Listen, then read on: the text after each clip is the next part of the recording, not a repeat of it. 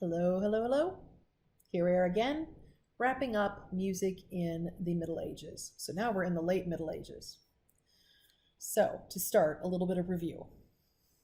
In the previous classes, we explored Gregorian chant, which was the core of music in the church for nearly 1,000 years.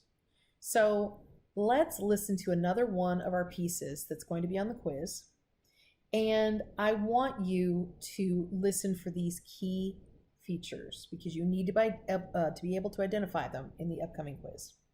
So it's flexible. There's no meter. There's little sense of a beat. It's meant to flow, right? Very free flowing. There's no notated rhythm. It is based on speech patterns. That's all. It has a floating, otherworldly quality to it. It's a cappella, right? Voices only, monophonic, just the melody, and it's often melismatic, right?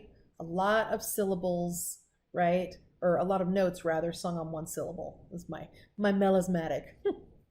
It's a narrow range of pitches, not super, super high or super, super low. It's written in modes, or it's modal, so that adds to that otherworldly quality. There's no key signature, no sharps or flats, no dynamic markings, and it was written for the Mass or the offices, and it was codified by Pope Gregory. We call it Gregorian chant.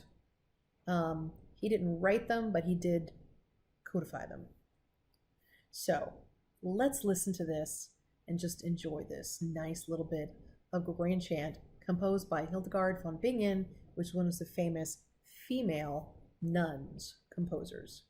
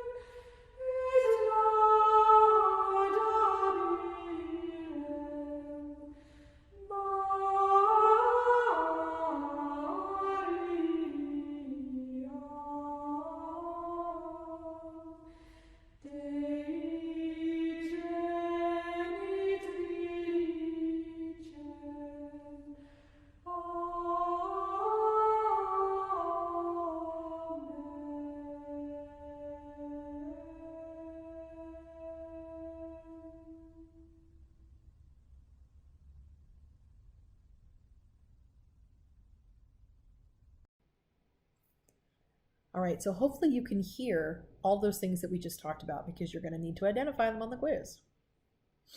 All right, so from this point, we've talked about the development of early polyphony, right? It's called organum, remember that? And we had different kinds that were developed over the centuries. Simple, composite, modified parallel, free, and then that organum triplum. So remember, for a while, it sounded very homophonic to our ears. Early organum sounds like two people singing melody and harmony to us, but it was considered to be two distinct melodies. Harmony was a byproduct, right? So I want you to remember that the organum examples will be on the quiz. Okay, so then we've looked at the development of music in the early and high Middle Ages, right?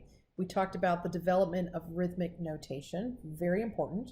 So now we're going to get into the late Middle Ages and more exciting music developments. Here we go.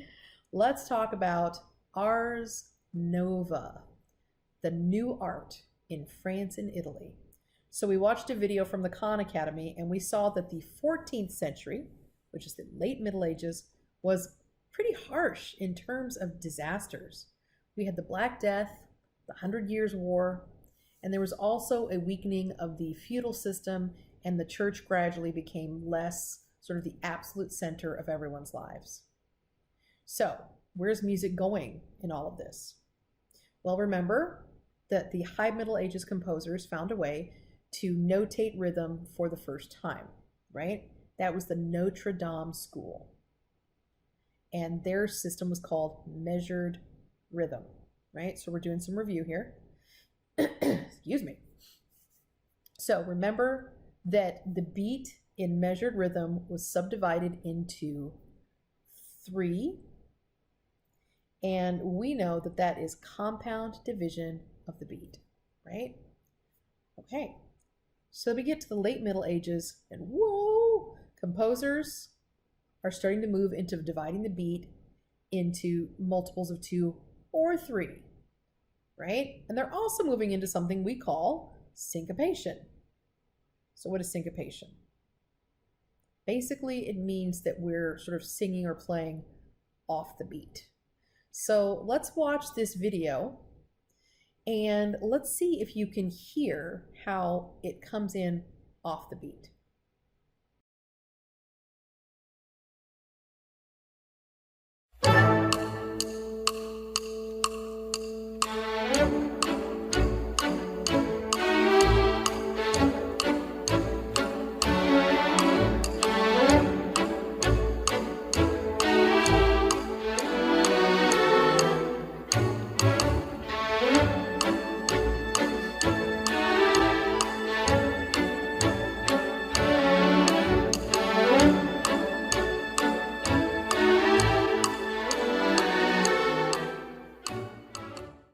So what's going on in the sheet music?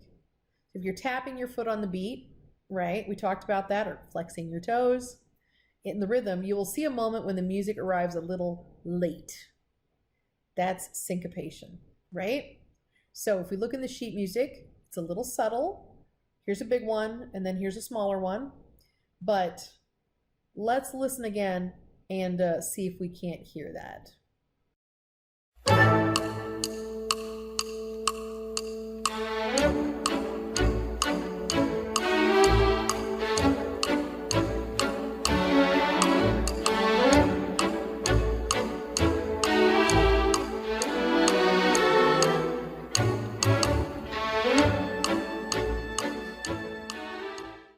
Okay, so we've established what syncopation is, right? That note comes at an unexpected time. It's not on the beat. So let's review where music is in the late Middle Ages in terms of that. So we've now got music that is able to notate increasingly complex rhythms, okay?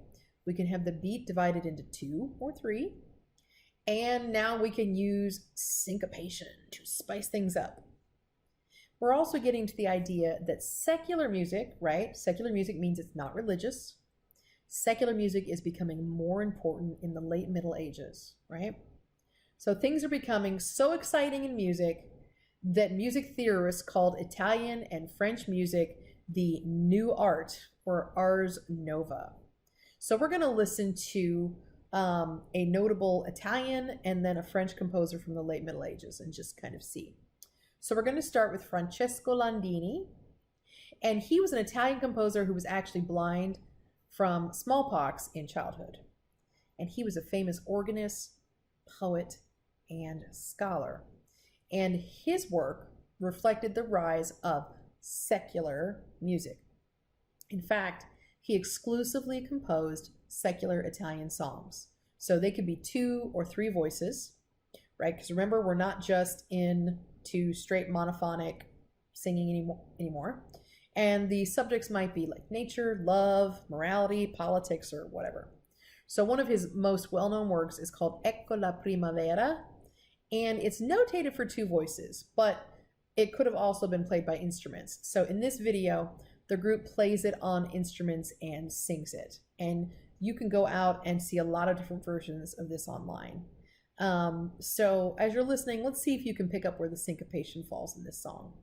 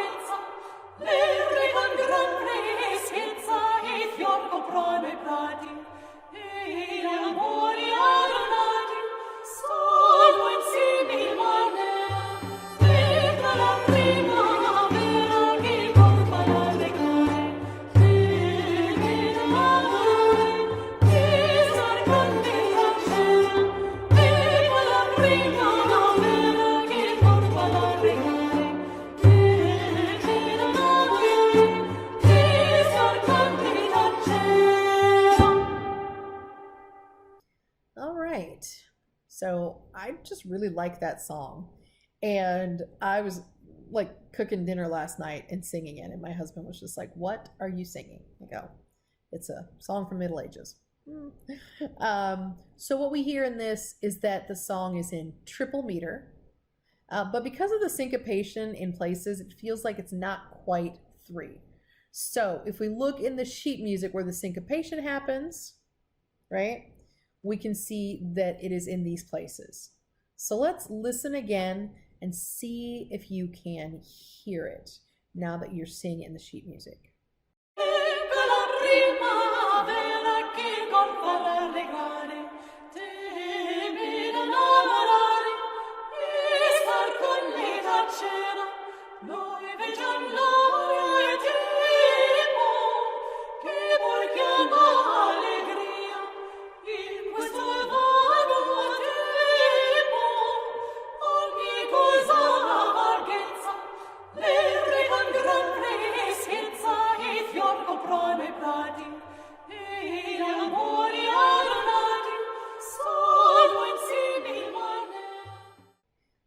So imagine how playful this would feel to somebody who'd never heard syncopated music or had been listening to chant and simple organum in church for generations.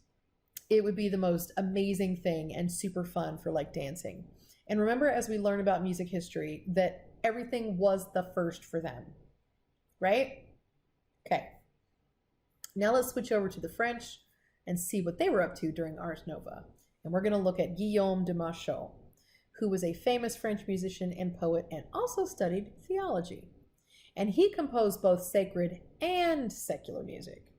So let's look first at a secular love song that he wrote when his heart was broken. It's called Puis qu'on n'oublie suis de vous, Since I Am Forgotten by You. My French is okay. And it has a solo vocal melody and 2 accompanying parts. And it's not certain whether those 2 parts should be sung, but it is in this version. So we're going to listen to the song, and I want you to think about the form. There are basically 2 musical phrases that are repeated in different order. So as we listen, pay attention to form and see if you can identify where the syncopation is.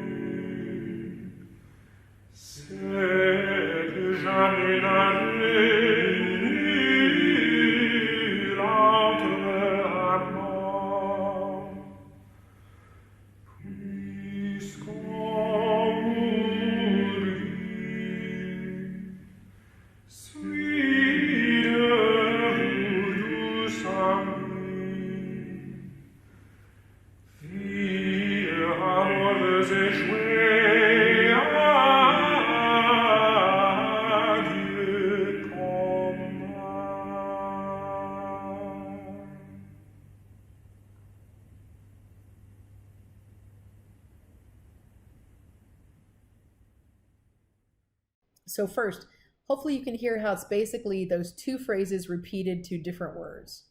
So it's like a basic song without a bridge. So if we look at the sheet music, it's a little bit more subtle, but we can feel where the syncopation is, and it sort of adds to the heartfelt feeling of this courtly love song. Okay, let's listen to another one of his works, and this time it's a sacred work. So this is Agnus Dei, and it is part of a larger work called the Notre Dame Mass. And Agnus Dei is Lamb of God. Dei is God, Agnus is Lamb. So it is known as one of the finest compositions of the Middle Ages. And it's also the first polyphonic treatment of the Mass ordinary by a known composer, right? So the ordinary is the part that's sung for every Mass. Every Mass, you would say the Agnus Dei. So it's the first time that it's polyphonic, and that's kind of a big deal, right? So let's listen to it and try to follow along in the sheet music and see what we think.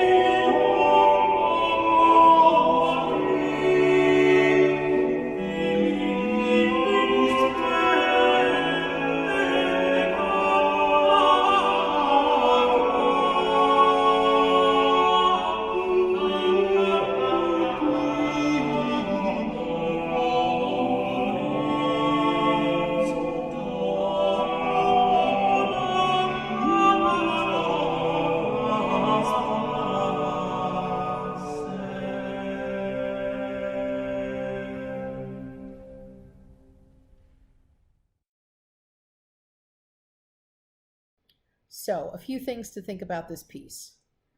The polyphony really makes the words almost unrecognizable and very obscured. Okay, that's not necessarily what you want in church. It's in triple meter, again, referring back to the Holy Trinity. Very complex rhythmic patterns. And if you look at the difference between the two upper voices and the two lower voices, you'll see that the two upper voices have syncopation, and the two lower voices are more of the supporting longer notes. Remember, the tenor is based on Gregorian chant, stretches it out. We call it the cantus firmus, right? Okay, so we have gone through the entire Middle Ages and we've picked out the highlights. You could spend literally years just studying the music from the Middle Ages. Because remember, it covers over 1,000 years. So that is a lot to take in. And I want to be sure that you spend a lot of time studying for your quiz. A couple of notes about the quizzes. Okay. Freedom Project Academy is by its design, open note and open book. I totally understand that. You need to get familiar enough with the material so that you can quickly answer the questions, or you can go find the answer if you can't quite remember. They are timed quizzes, so that's something to consider. You can't just say, well, it's an open book test, I'm going to just go and look up the answers, because they're timed. You're not going to get done in time. Really, you need to do the listening and practice the listening, because it's a timed quiz. I think that was everything. So I don't want you to think that you're not allowed to use your notes for the quiz, because you are.